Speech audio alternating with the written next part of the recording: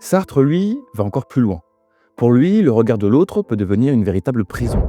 Quand quelqu'un nous regarde, on n'est plus seulement en train d'être nous-mêmes, on se voit à travers ses yeux. On commence à se corriger, à se contrôler, à s'auto-surveiller. C'est pour ça qu'il a écrit cette phrase célèbre: « L'enfer, c'est les autres ». Non pas parce que les autres sont mauvais, mais parce que leur regard peut nous figer, dans une image qui n'est parfois même pas la nôtre. Prenons un exemple très simple. Quelqu'un va un jour te faire une remarque du genre « Franchement, t'es pas très malin toi ». À la base, c'était qu'une phrase, une opinion, un point de vue, à un instant précis sur quelque chose que tu as dit ou que tu as fait.